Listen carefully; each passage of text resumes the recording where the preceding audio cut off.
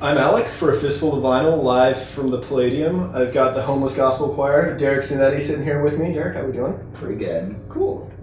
Yeah, so well, first things first, Frank insisted that this is something that I bring up with you right away. I can't wait to hear it. He went on this whole rant. I asked him what's something that he hates, or he loves but everyone else hates. He told me this whole story about frozen Hershey bars and how he's been taking shit for this for so long. He said that you were the first ally in that fight to be in favor of frozen Hershey bars on the bus.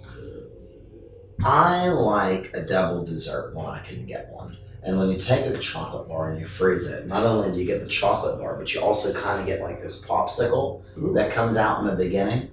And I love double treats. If I could just eat candy all day, I would. I don't want the doctors to saw my feet off, so I'm not eating candy all day. But the frozen chocolate bar is a wonderful double treat, especially in the summer. So Frank and I have built this just platform of camaraderie with the basis that we love our desserts to be frozen. I feel like this is like the right movement to get behind because you've rationalized it so perfectly. It's like it's chocolate meets popsicle, and everyone benefits. Right. That's the thing. We're not letting everyone that has access to refrigeration benefits from this snack. And you can go to your local, gas station and build a good rapport with the people who are working inside of it and say, please, for my sake, as a loyal customer, will you keep a box of Hershey bars in the freezer? And I bet you dollars to donuts they'll do it for you. It's just a smart business decision at that point. It's the right investment. It's consistent sales. And that's really what they're looking for. Exactly. And you're out there being a brand ambassador for them. Like, hey, go to this gas station, ask them about the chocolate bars in the freezer. They freeze them for you. They freeze them for you. Double dessert. Yeah, there's a box already in there. Just tell them Derek sent it. Yeah. Yeah. Something so simple can become so complicated if we let it. Well, it's funny. I've been trying to, constantly question like my life philosophy, and there's one that I've landed on that I haven't been able to complicate or update in any way for several years at this point, and it's that everybody should do whatever makes them happy and do their best not to hurt anyone else. Yeah. Frozen chocolate bars seem to be like an amazing example of that. Yeah. Who does that hurt? Nobody. Does it make you happy? Yes. Good. Boxes checked. Move on. Yeah, and you don't have to eat it. No. It's like the Beatles. You don't have to like the Beatles, but you should. Yeah. You should freeze your chocolate bars. Moreover, take a second look at people who dislike you for disliking the Beatles. Or for liking the Beatles. Like, what's their real agenda? And they're not the type of friends that you want to have over for like a Sunday dinner. These aren't the type of friends that you would like let your dog, watch your dog. And if you don't like the Beatles, there's so many other things about your character that I have to question. Mm-hmm. I wish it wasn't that way, but sometimes it is. No, it breeds distrust for sure. Plus, I think there's something really presumptive about that. Like, if you invite them over for dinner and like, oh, you eat red meat? Like, man, stop telling other people how to be. You're right. Just like, let everyone like the things that they like, and that's fine, For the most part. For the most part. As long as they're trying not to hurt anyone else. Sure. Yeah. I'm on board. Chocolate bars, freeze them. Hershey's pay us.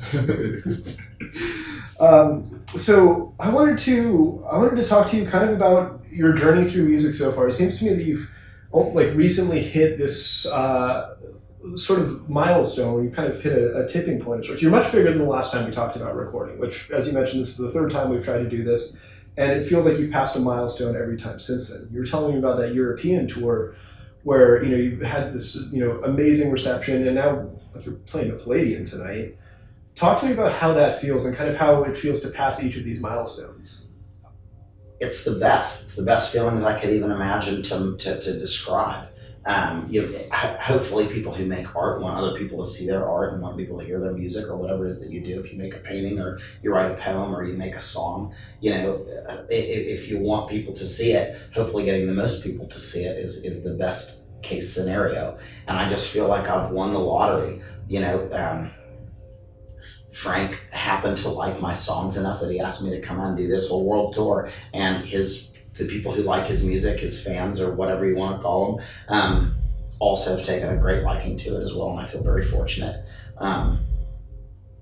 I wrote these songs, sometimes just little fragments of them inside my room with no real intention of having anybody hear them, and they've made it onto the record, and people like them. So it makes more people that like my music make me feel better. So that makes that's how I feel about it. It's validation. Yeah.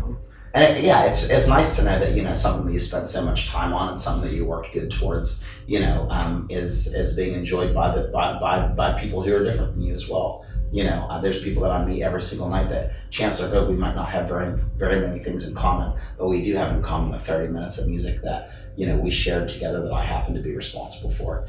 And if that's a part of my life, if that's a part of, I was able to enrich your life for 30 minutes and you like it enough that you want to see it again, that's fucking awesome. Absolutely. And, on the topic of kind of milestones and sort of creating this, I guess I'd almost call it like a network of empathy or like shared interest, as you're kind of bonding with all these different people, all these different ways, and it's gone from being a thing you do in your room to a thing that's taking you around the world. I had kind of an amazing moment where, one, we were fortunate enough this year to be able to record Anti-Flag. They asked us to record, which I still just trust they knew what they were talking about. But they were, I was asking about, AF Records and kind of like they're running a record label in the way that they want a record label to be run. And they were starting to list off their artists. And I wasn't aware that you were on it. I was like, oh crap, I know him kind of. And they got super excited when they're like it sounded like maybe secretly, unofficially, that you're all of their favorite. Well, that would be, that's great to hear. I love those Anti-Flag boys. They're great, and their whole crew is just wonderful. And it's been awesome being on AF Records. They're the most punk folk out there, and they put their money where their mouth is, and they really do care, and they want to make music accessible to everybody, and they want to represent all different types of people groups in the music that they're promoting. And it's interesting to see how they're inviting more people into the conversation. They're able to put out more records. They're able to put out bands that aren't just from Pittsburgh. Yeah. And I love it. I love being a part of that. I love being a part of the AF crew.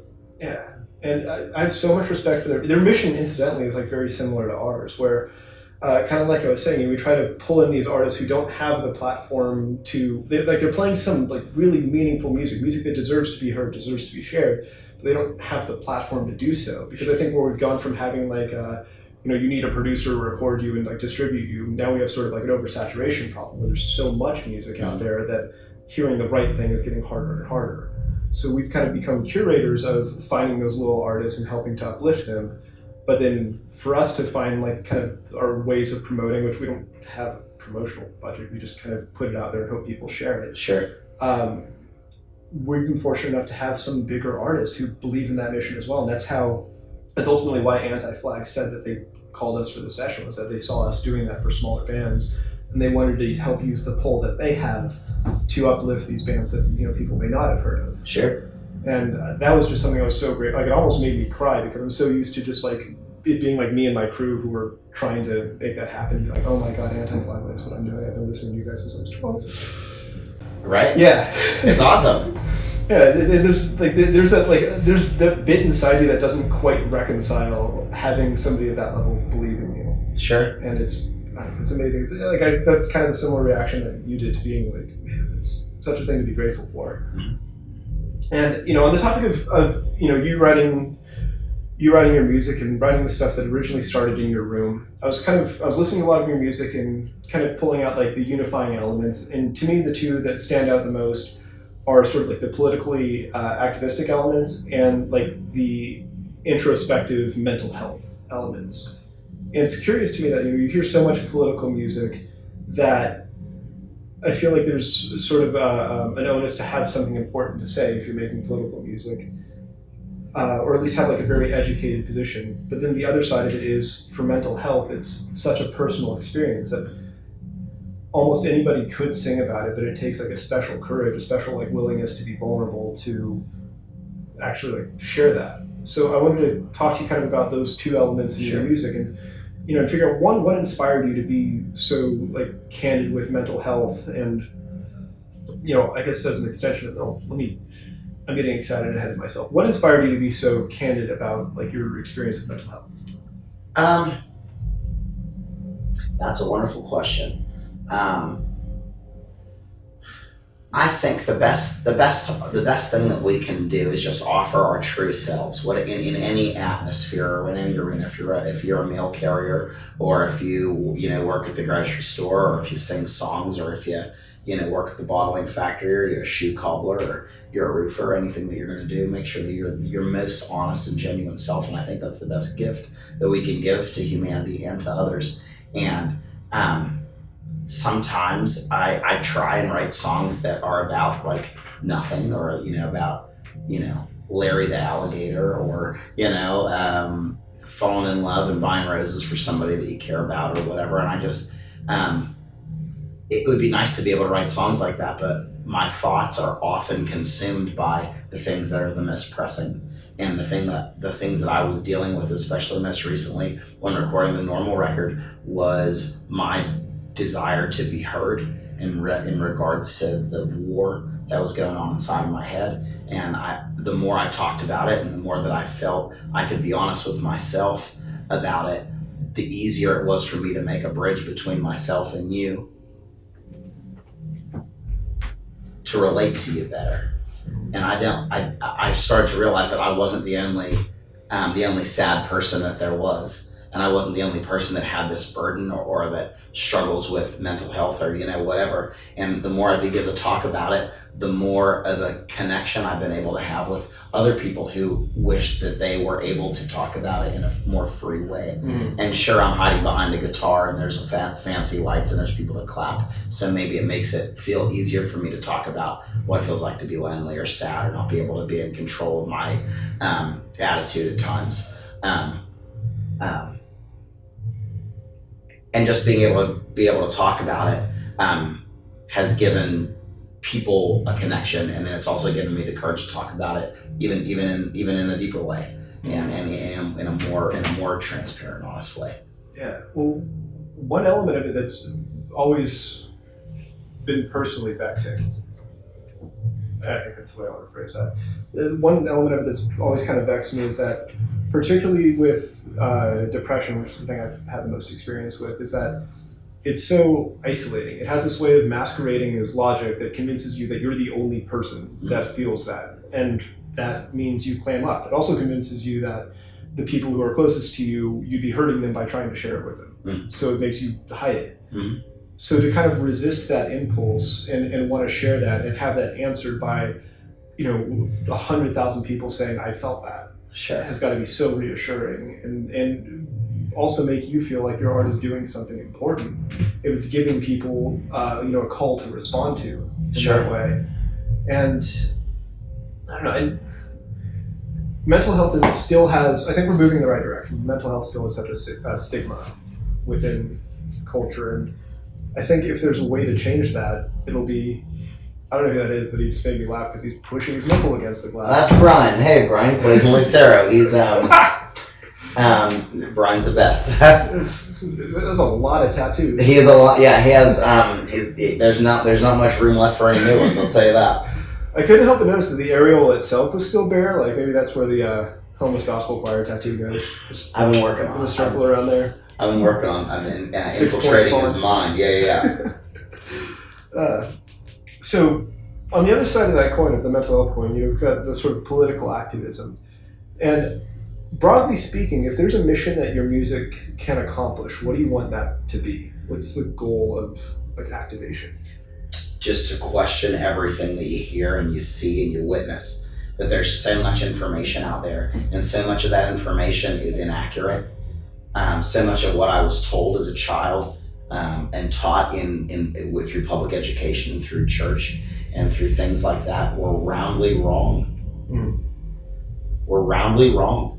And it wasn't until I was able to decide for myself and learn for myself and educate myself on how things might not be that way, then I was able to have power over my own story. We all hear that Christopher Columbus in 1492 sailed the ocean blue with the Nina, the Pinta, and the Santa Maria, and he saved the new Americas and saved us from the savages. And they write this really rosy narrative of how the white man comes over and now makes this great industrial country that was a leader of all this, the Industrial Revolution and invented cars and the polio vaccine and water slides and Coca-Cola and Oscar Mayer hot dogs and all these other things that we've done that have been so great. And I read Howard Zinn's People's History of the United States of America, and I learned some different truths. And I think that I would like to, if given any opportunity or any chance to, is just to have a different conversation about the importance of thinking for yourself and finding out what the big capital T truth is for it. I certainly don't have all the answers, not for myself, but for anybody else. But I think if I think people are smart, and I think people care, and I think if people are given the proper right information and the right capital T truths, I think we'd be able to make more informed decisions that would benefit us all, roundly. Mm-hmm. So my goal in writing my songs is just to say, maybe think about this thing differently. Maybe it isn't the way that you see it to be on television or on your internet or on your phone or whatever. Maybe we have a duty and a responsibility to look at it through a different vantage point or a different view. And maybe we should try and put somebody else's shoes on and see what it's like to walk around in that for a little bit. Because if you just have if your perspective about world issues is only through a straight white male perspective, that perspective is going to be very, very different than somebody who's been marginalized and oppressed, somebody who's been a victim of systemic racism, sexism, or homophobia. And I think we have a duty and a responsibility, especially as people of privilege, to give ear and to give pause and to give opportunity and to people who aren't me, And I think through the process of just talking about it and just having that conversation in an open forum, those questions are being had and those conversations are happening. And that's the best thing that I can hope for, that you leave my show and you have a conversation with somebody who might be different than you. And if I can provide that, I think I provide a great service.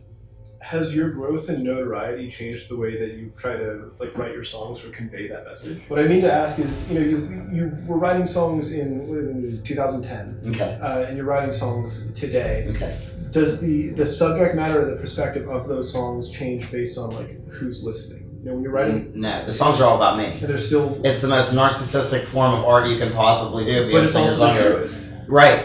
So of course the songs are going to change because I change as a person. Yeah. I'm not nearly the person that I was in 2010. Hopefully I'm not even close to the person that'll be in 2030. Hopefully those people, that person will grow to be a better person. Mm-hmm. And I'm sure I'm going to make mistakes along that road. And hopefully I'll be able to gain forgiveness for those mistakes that I've made, that hopefully I have a good enough base and a good enough core in the value system that I obtained, that I'm able to navigate that and become a better person. Yeah. So hopefully some of the mistakes that I'm making now as 35-year-old Derek, I won't be making as 45-year-old Derek, and or at least I'll be able to learn from those mistakes differently and in a better way so that I can become a better person. Yeah. Not just to myself or for myself, for the people who are around me. Mistakes are inevitable. Yeah. And I think... You're human. 100%. Welcome to the world. Exactly. And I think there's a certain perfectionism that's sort of perpetuated with, social media culture. Sure. Especially, there's a very refined personality that's put forward, and it makes people forget about that human element that is destined to fuck up. Sure. And I think reconsidering what a mistake means, a mistake does not equal failure, because I consider experience to be something more of an absolute value. It's all moving forward, even the things that didn't go the way you hoped they would. You tried to make them go. And that being said, it almost doesn't make sense to feel remorseful or anxious over something not going well, because there's going to be things that don't go well, and if that's inevitable, then feeling apprehension over it is all kind of wasted effort. There's also, this is going to sound very freshman year, but there's this principle by Nietzsche that I learned about in therapy that I really, really liked, and it's this, I might mispronounce it, but it's amor fati, translated from Latin is the love of fate. And it's basically that principle that life is balanced. Sure. There's good and there's bad, and it's your reaction to that from sort of a stoicistic perspective that you have control over. So reacting negatively to the bad things and positively to the positive things leads to a very capricious existence. Sure. If you can kind of take it all as experience and treat it as neutral but progressive, you're going to lead a much more balanced life.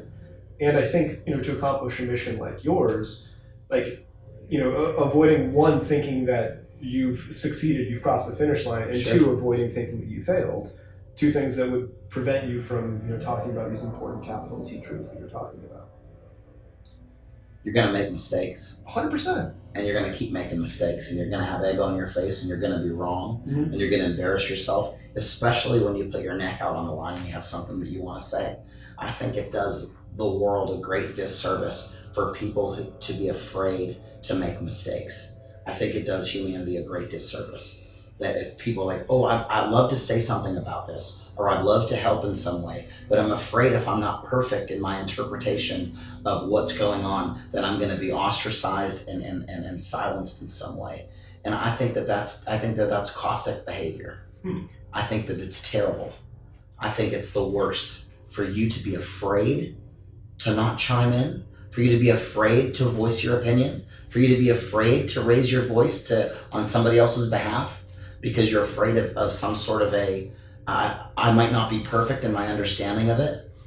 I would rather make mistakes and try my best to be kind, with kindness in my gas tank, and like keep trying to do my best, than just be paralyzed by fear, thinking that I could misspeak, or I could say something that is wrong. I'd rather you say something that's wrong and apologize for it than you not say anything wrong at all, or not say anything at all about it. Exactly. I think you're speaking about something that I think I'm already guilty of in this interview, and I said that or put forth the notion that to sing a song about politics, you should be perfectly informed. Mm-hmm. When it sounds like what you're saying is that's not the case at all. You should be as informed as you can be, certainly, but you're not perfect, and you haven't arrived. The understanding, how you understand things, is not seen perfection. You've not arrived in your character. Yeah. You've not. Nor will it ever see perfection. So being narrow enough to think I'll go ahead and I'll say something whenever I have a better understanding of it, or whenever I'm more prepared, it'll never happen. Some of the best guitar players and best songwriters that I know have never put out their first record because they're not ready for it yet, or whatever. And I'm like, man, just do it. With all the bumps and all the wrinkles and all the mistakes and all the fuck ups and all the stupid chord changes that you shouldn't have put in there. Put it out, man.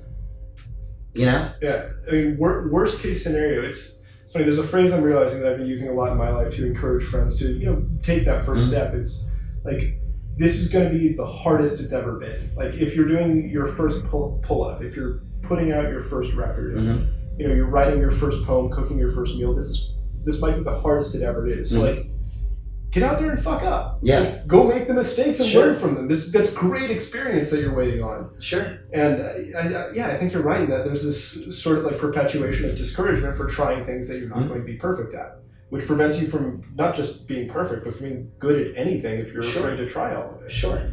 And I think we are going to hurt I think people's feelings are going to be hurt in the process. My feelings get hurt in the process. Whenever I even look back at a position of something that I had in the past, and I think about how I view it now, I've grown from that. And I think it would have been terrible if I just gave up. I made a mistake on that. I had that part wrong. I'm out. I quit punk rock. It would be a waste of my life. But I'm fortunate and I'm thankful enough that I have people in my life who've encouraged me, even through my mistakes, to continue to keep going and to continue to keep working through it. Yeah. And you're not your worst mistake. You're not. And I think if we live in a culture that perpetuates that type of a notion that you're only as good as your worst mistake, no one's gonna fucking do shit. And then Donald Trump gets elected as president because nobody wanted to say nothing. I don't know. I don't think that's why Donald Trump got elected as president, but it is something that I think about on occasion.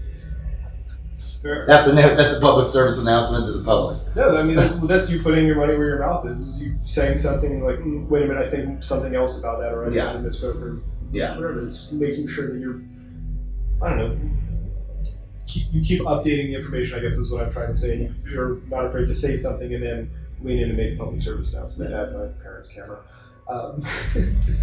So, okay, I think one thing I try to avoid in my interviews, because a lot of times it feels like a tacky question, is why'd you pick your band name?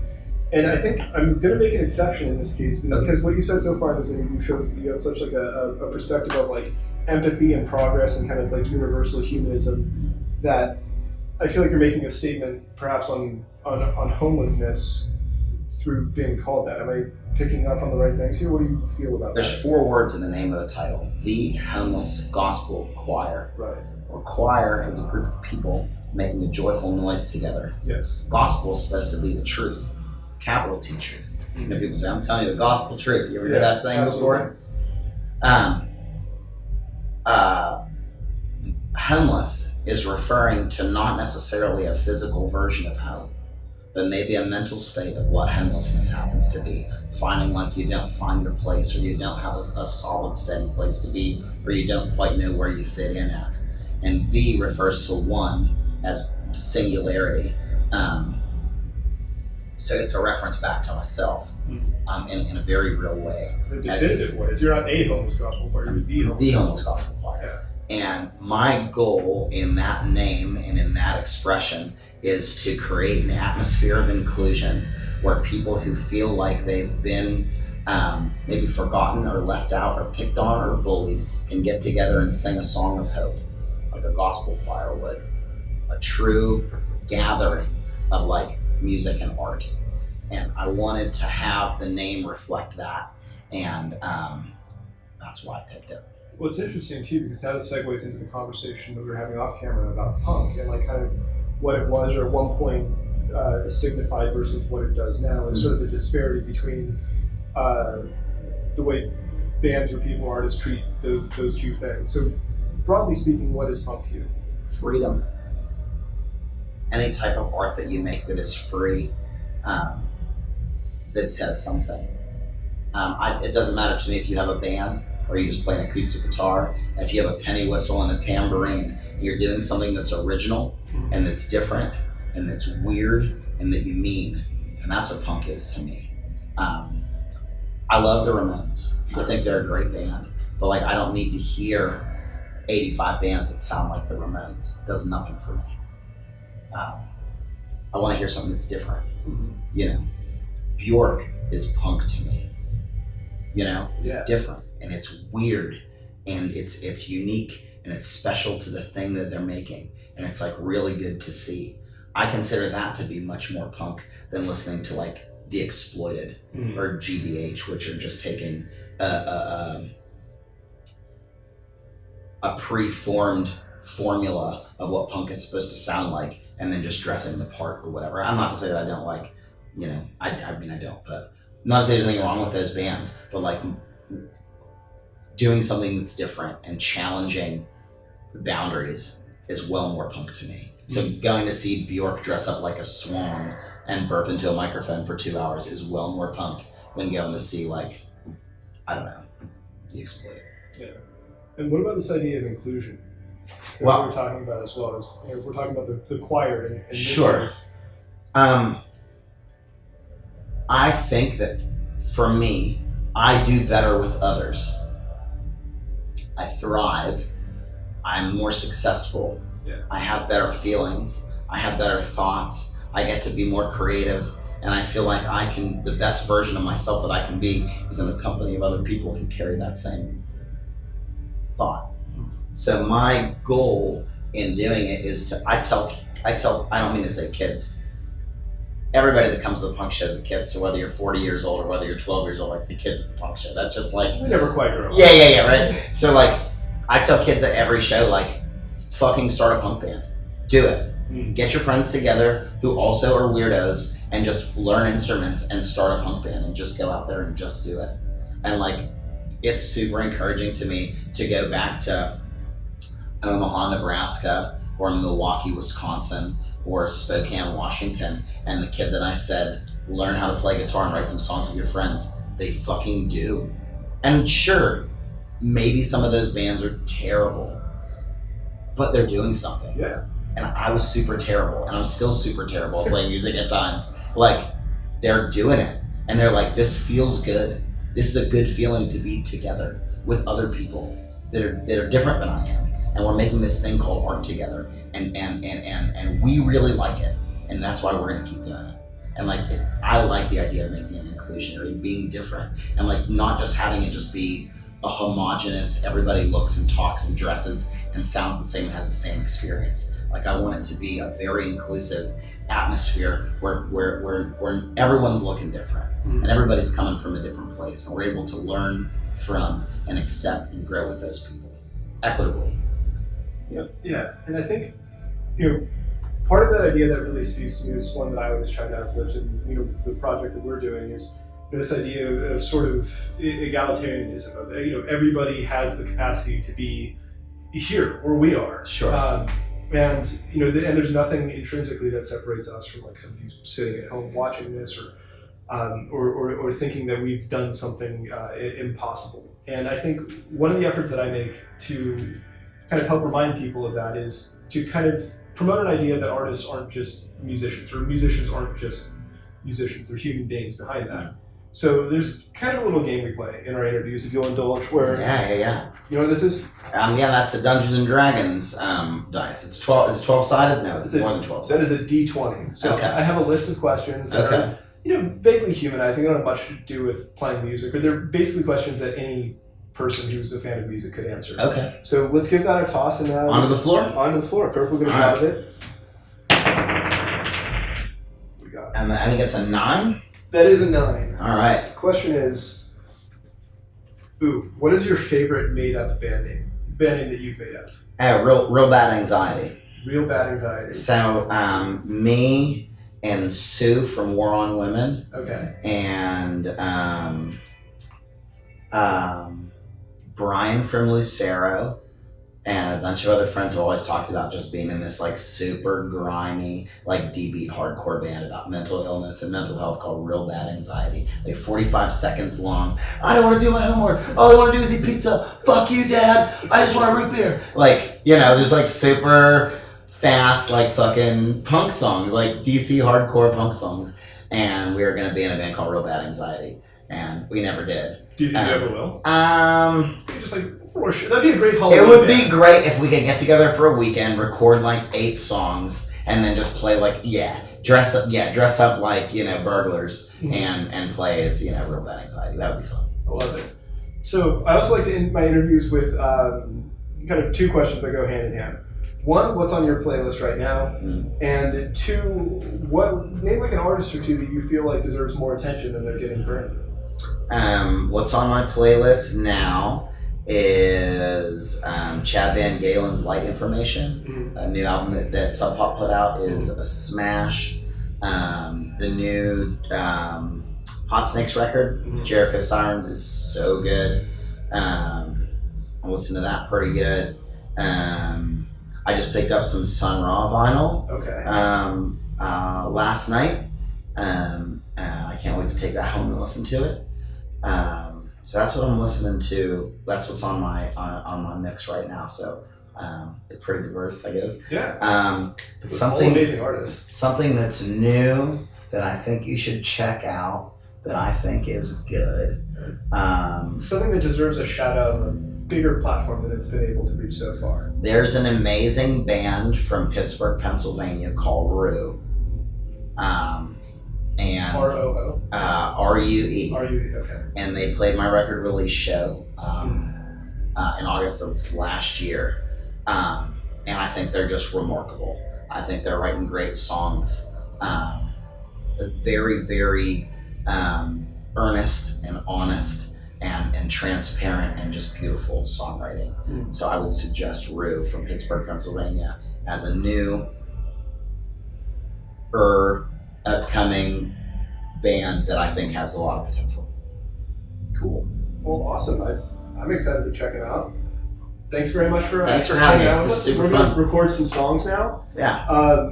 Thanks for watching and listening to A Fistful of Vinyl. I hate saying at the end of videos to like, comment, subscribe, and all that. So just do those things so I don't have to say that. And where's the best place for people to find your music?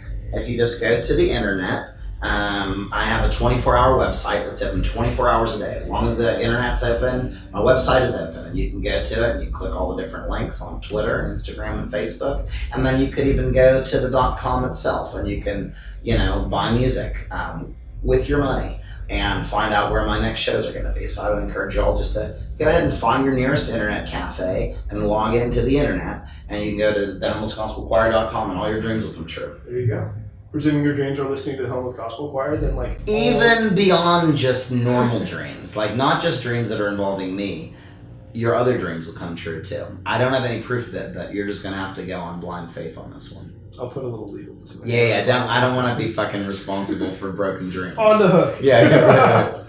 All right, all right. Thanks a lot. Let's record some music. Okay, sounds good. Word. Well, howdy there. My name is Derek, and I am here in my house that I live in, out here in Pittsburgh, Pennsylvania, and this is my office. And this is my bed that I have in here that has all my t-shirt blanket on it, my table where I make my weirdo music at, tour calendars, treasures like this. That right there, that's just some trash on my desk where I make art and music. Yeah, thank you so much for just coming and checking it out and looking around and seeing my office and my stuff. My name is Derek, and I make music called the Homeless Gospel Choir, and I think that now's a great time to be in a punk band and to start a punk band. If you've ever been worried or nervous, or you feel like the world's going to end every day, the best way to go ahead and talk about it in a fair and safe environment is to start a punk band.